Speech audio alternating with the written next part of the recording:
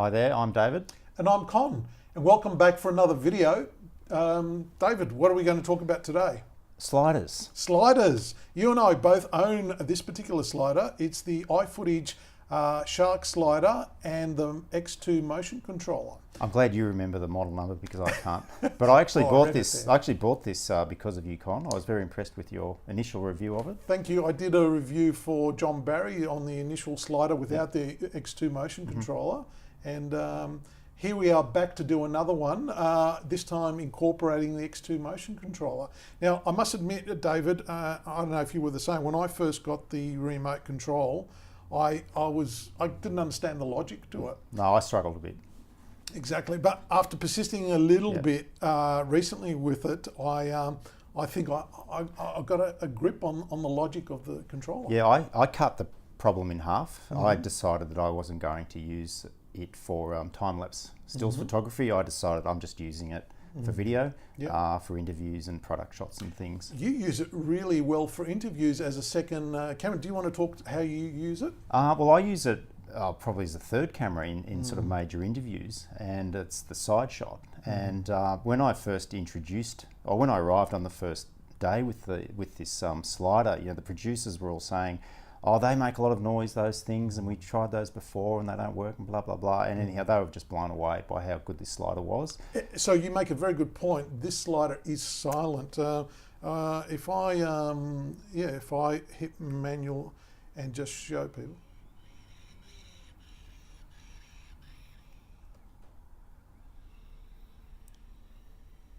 I mean, I think if you put a microphone next to the mechanism, you'll probably hear it. But I can tell you that I've done some major interviews. And it'd probably be going at that speed. At that speed, yeah. And everyone's sort of been alerted to the fact, there's going to be something noisy to ruin the interview. And even the sound recorders are surprised how quiet it is. So it's totally usable, isn't it? I love it. You just have it going on its own, continually back and forth in ABA mode? ABA mode. So I have 3 presets. So think about the typical, one-on-one interview where I'm using this as the side shot, and I can have one of the presets if the person's sitting camera left, and another preset if the person's camera right, and then another preset if I just want the thing moving but keeping the center of the the frame centered all along. So for me, that's how it works. It's simple. Yep.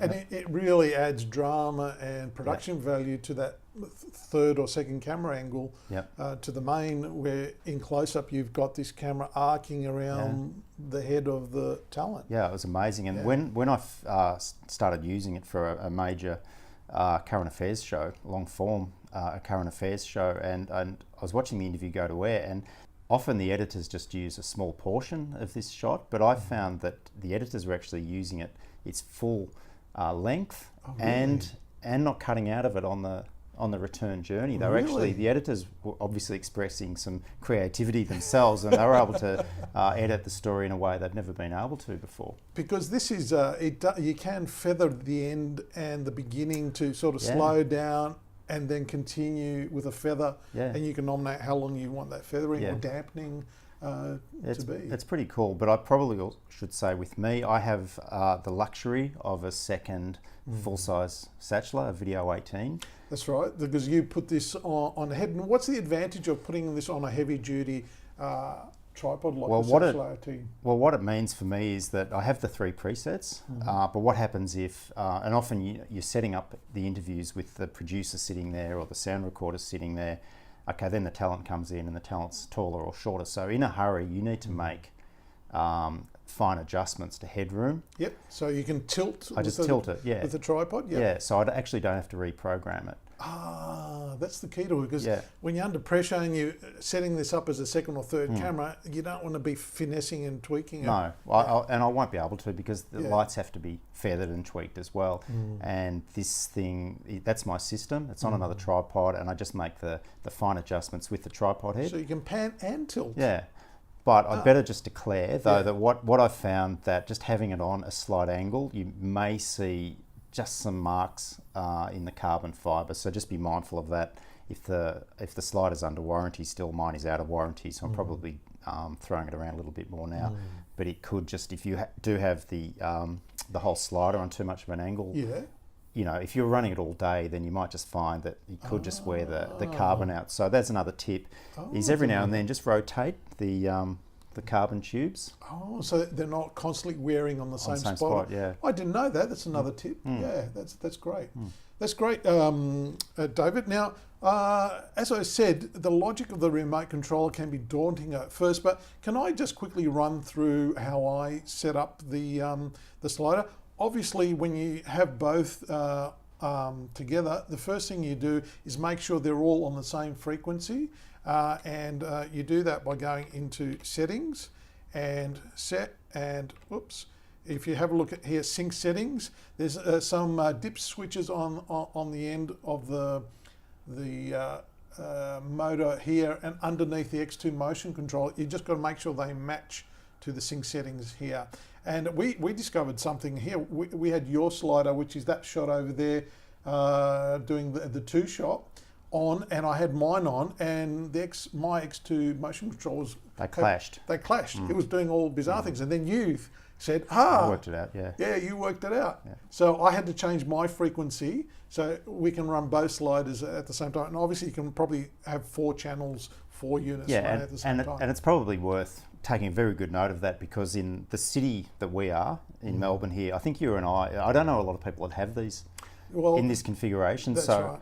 It's probably something worth checking out in your garage before you go out on the job, because that's probably not something you'd want to be trying to sort out on the job while people are waiting. So, but it's not a difficult thing. It's quite simple. And anyone who's using remote controls with stabilizers and things, or remote control helicopters or whatever, it's probably familiar with those dip switches anyhow. They're hiding somewhere.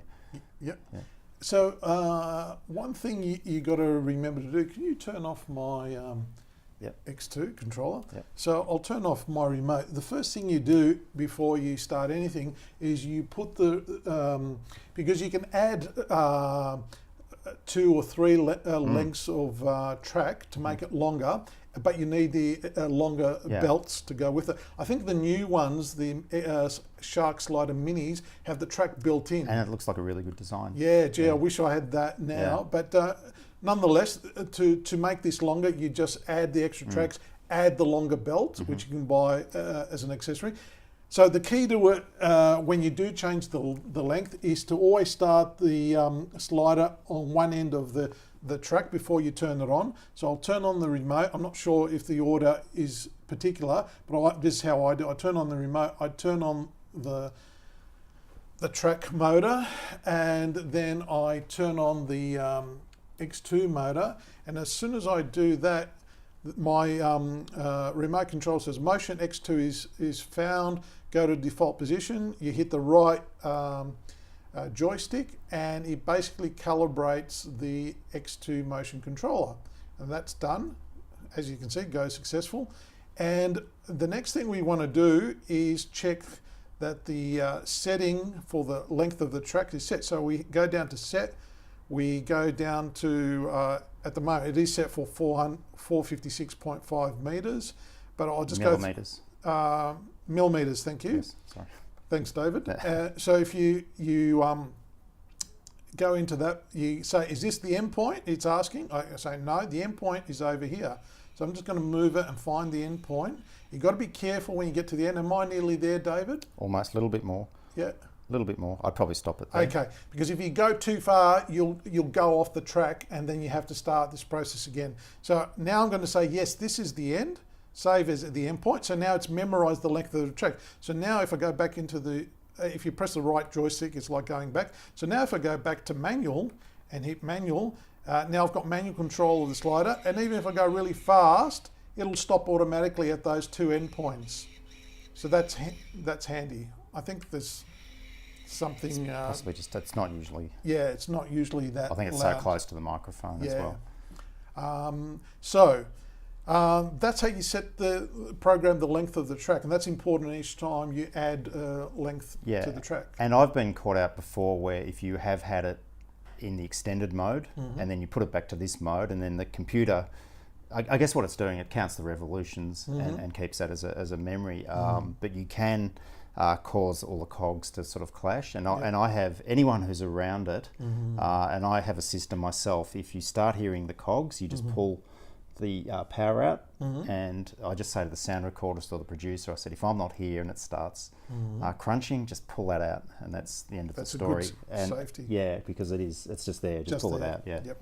Great. So also now, once you've got because you can run this just with the slider left and right, or with the X2 motion control, which gives you the other two axes. When you're running both together, the right joystick tilts the unit, and also the right will pan left and right, and you can change that configuration in the menu if you want it to go in opposite directions. So, and of course, the left joystick then becomes the left and right track. Okay, so I've got a move that was programmed before. So I'll show you. I'll show the audience how you program a move. So and keeping in mind, yeah, you can see the other one. The other one. That is programmed for this shot. Yeah. Is a perfect example of how you would use it. And so, as you can see, you have full manual control, or auto, or record. So recording is where you record a move, and you've got up to 9 presets. So you can memorize. So these are the presets you said you've got memorized, the 3 presets. So you can have them, I'll just go to 8, and I'm going to, there's nothing on that preset, so I'm going to start from scratch. I'll hit that button, and now I'll see where it says record. I'm going to hit record and say, well, I want to start here, and yep, I want to move across and maybe move to there, and then tilt down to there, I guess. I can't see the shot.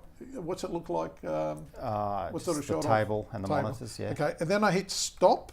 So it's recorded the move from here to there with the tilt and possibly a pan. So now when I go back to auto, I can call up any one of those presets, and I'm going to call up 8, and 8 will come up. Now, A-B mode will just do the move once from A to B, and that's it. A to B A mode will do the move like our 2-shot here, continuously A to B to A and back and forth. So that's the one I want. Track mode will record whatever I did on the move. It will just record it. So if I make a mistake, it'll also do that mistake. But A mode is what we want. You press that, and we can tell it here how long we want that to run for. I think we want it to run for 10 seconds. So I'll just press down the joystick. Oops, not 3 seconds. I went too far. And 10 seconds, and oh look, that'll do. 8 seconds, and then fade in and fade out. I want it to fade in 1.5 seconds, and 1.5 seconds fade out. So that's the feathering we were talking about, either end. So the left joystick takes us up and down, and then we hit next, and then quick back says let's go to the beginning. So it's saying quick back, so it's going to take you to the beginning of the shot. So you always have to do that before you go. And you can either do a single run or a circle run. Circle run is that back and forth. That's the one we're using. That's correct. That was set on circle run. So I'll just do single run for the moment, hit that, and away it goes. So that's going to do the move I programmed in the 7 seconds. 8 seconds, sorry. Yeah. Until the battery goes flat. Yeah. Oh, actually, this is interesting. ABA mode. So it's going to, okay, ABA actually will go A to B, back to A. Oh, okay, circle run is the... Circle run is where it just... That's the one that camera's on. Yeah, so that's interesting. So it's as simple as that to program a move. And one last thing I would say about it, and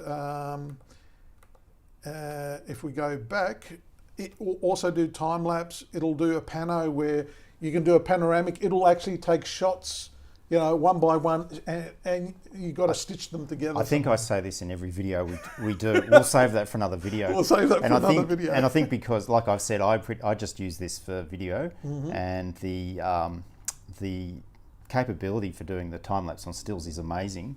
But that's probably something you wouldn't want to rush. No, that's right. Yeah. I've got some examples here of some time-lapse we did with James Grant. He actually used this slide. This is a little bit of a test we did just outside of his place where we used a 10-stop ND filter. It's a third of a stop shutter, just so we can get that motion blur on the cars. And it was 1 frame every 3 seconds. So that was a bit of a test. And then the actual shot will be coming up where he used it, at this location. And I think we had 3 lengths of track here. And I think this one was 1 frame every 2 seconds. And I'm not sure whether we put the ND10 filter on or not, but... So which camera is this? This one is the 5D Mark II. Okay. Now, as you can see on top of the camera, you also get a remote controller to trigger the camera when you're in photo mode. And that's how these were done. So the remote control plugged into, and there's various cables that come with it depending on your camera, for the Canon, the Sony, the Panasonic. Nikon as well, and so that will trigger remotely, wirelessly. It talks to the remote control, trigger the camera to take the stills. So that's the time-lapse shot up there, and here's another one we did. And I think, if you use a bit of image stabilization software, you can probably smooth out the steppiness on the track there. But anyway, you can do either motion moves, as you say, or time-lapse moves. And there's another thing you can do, which, here it is. What's this? You talk about this. Okay, so what's happening here is we've put both sets of extensions in. So I think there were 3 extensions. So it was almost 2 meters, not quite 2 meters. 7 foot? Something like that. Yep. And I had this bracket made. This is one of my custom brackets. I was super impressed with this. Yeah, and we'll pull out another shot to overlay here, but this is to get the XD cam or the Super 35 rigs on their side. So why did you initially invent this? Because I was getting a regular gig where the client wanted the camera on its side to maximize the resolution because it was head to toe. Right, but there's also another purpose. I was once asked to do a similar thing for retail billboards, TVs that are on their side. Absolutely, yeah. Well, that would make sense. But what the initial gig was that it was on green screen. So any breath of movement, of course, just ruined the green screen. So, I was just putting, and I think other people would be guilty of it too, just putting the camera on a cine saddle, and then, it's just a nightmare walking away from that to adjust lights. But especially the job I was doing was with sportsmen, and so rugby players in particular, so the heights vary, and just having that locked in, the F5 locked in with the big, cinema lens, it was rock solid. But we have found another use for this, and that gets the slider on its end, basically, and we did some tests, and I was... here it is here, on the vertical, the slider vertically. Yeah, it was pretty good.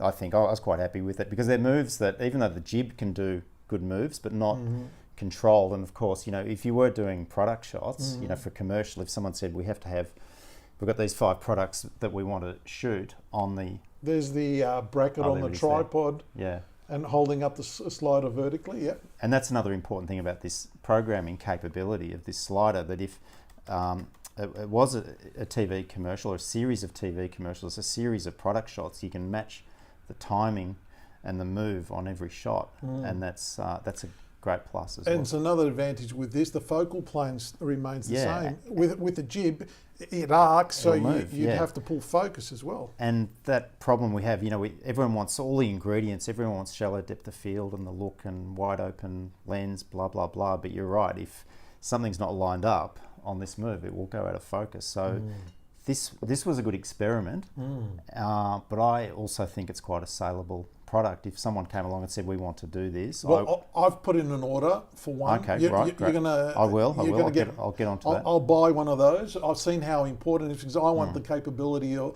my slider also to do those vertical shots. So what other like you said, you probably wouldn't use that vertical shot very often, but I thought of 2 or 3 things you could use, like maybe doing, on an honor roll, on a long lens or a macro lens, going through the honor roll up or down, or a statue that's on a turntable. Yeah. There's endless uses. Well, there is, but also, we're as cinematographers, we're always trying to do something that the other guys aren't doing, and I think it's an unusual. In the absence of a grip, and I always say that the best, do it properly if you can. Oh yeah. But in the absence of having these people around, we can achieve quite a lot. And of course, it's the smaller cameras as well. Although we did test it with the FS5. Yes. We stripped the FS5 back, took the handle off, put the small battery on, and that's another thing with this thing. You can adjust the power to the motors. Oh yes, so I'll just show people that. So if you go to set and you go to slider power, you can go to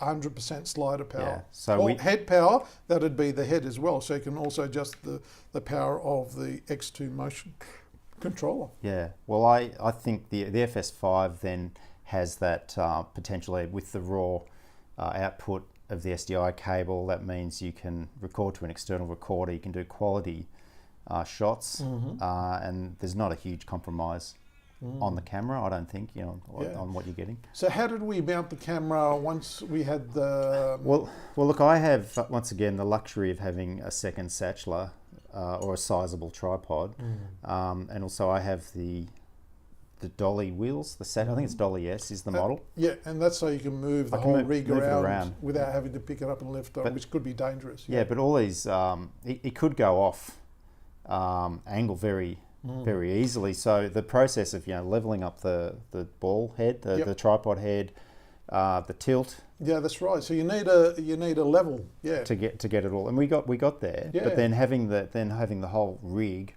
on wheels that can lock, and that makes it easier just to sort of, we just did the test here, but it did make it easier just to wheel it around or move it out of the way when we were working on it or finished with it.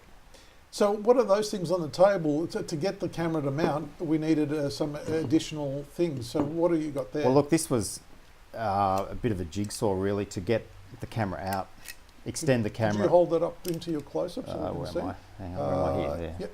There we go. So we used these brackets. Once again, you can check out our other video on clamps. Raid the bag. So that's a heavy-duty universal ball head. Ball head. Yep. Yeah. So that went to the side of your bracket. Yep. And no, the bracket was holding up the whole slider. Oh yes.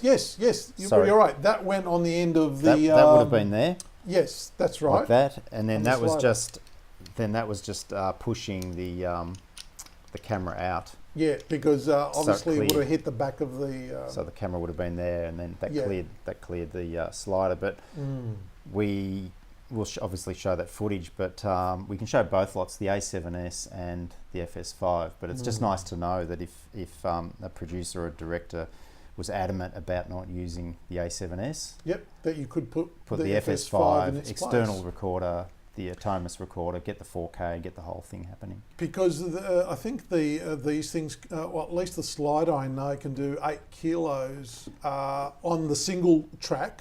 Now I'm not sure. I've tried to do some research on that. I don't know. The 8 kilos incorporates the head, the batteries. So I don't know, maybe it's different with the X2 motion control, but I certainly know the slider can take up to 8 kilos on the single track. Yeah, I mean, I've loaded this up with the FS5 and the new Fujinon MK18 to 55, and I just find that the weight, there is just a little bit of vibration. I don't know whether I need to tune it or something, but I think the heavier you go, I mean, the inclination is, this is fantastic. Let's just keep putting heavier cameras on, but it does have its limitations, and I've already pointed out mine is out of warranty. I do treat it very well, but I probably wouldn't push things too far if it's brand new. But we have found with our tests, certainly A7S or the Panasonic, the GH4. The GH5? And anything that kind of weight, anything you can strip, like the FS5, because you can strip the handles off and the viewfinders and everything, that gets the weight down, small batteries, and that our experiment seemed to work pretty well. And it's another dimension for the creative team and Well, that's right. These tools are here for us as brushes to our palette to be creative and add production value to our shoots. Now, you know, like I said, once you get your head around the controller, I think it then becomes very powerful and very simple, but it just takes a while to understand the logic. I think the new controller for the Shark Slider Mini is now on your iPhone or iPad. That would be great. Yeah, much simpler, and hopefully the logic is much simpler. The other thing too I find very hard, because I'm a Mac person, is very hard to update the software because you've got to do it on PC only. And I've written to iFootage and I said, you know, most creatives in our industry are on Macs, and the fact that to upgrade the controller and the software on these devices is only on PC, I think is a bit of a drawback. I had to get someone else to do it. Exactly. I didn't take it on. Yeah. So if iFootage is listening, please make it simpler for us to update the software for Mac users as well. But maybe the new Shark Slider Mini has addressed that. But it'd be great maybe if they can make an app that will work with this unit as well, so you don't have to use the controller, and therefore you can update it through the App Store. And there's still, iFootage might not like us saying this, but there's nothing wrong with this. The new model is good and it does things a little bit differently. It's possibly a bit simpler with that track, but these are really well made. Oh, very well made. And I love the fact that they're toolless. You almost need hardly any tools. I think there's an Allen key underneath here. I'm not sure what it's for, but most things are just knobs and levers, ratchets. There's another thing that I've noticed, and I guess it's because of the brushless motor, the tension, there's always some tension on this tilt head. So when you're balancing up, another remote pan tilt head, you release the motors and the thing just swings and you can get the balance right. There's a bit of resistance in this motor even when the power's not on. So it's a bit of guesswork to actually get the height. Because that's important to get the nodal point right on all axes to make sure the motors aren't working too hard.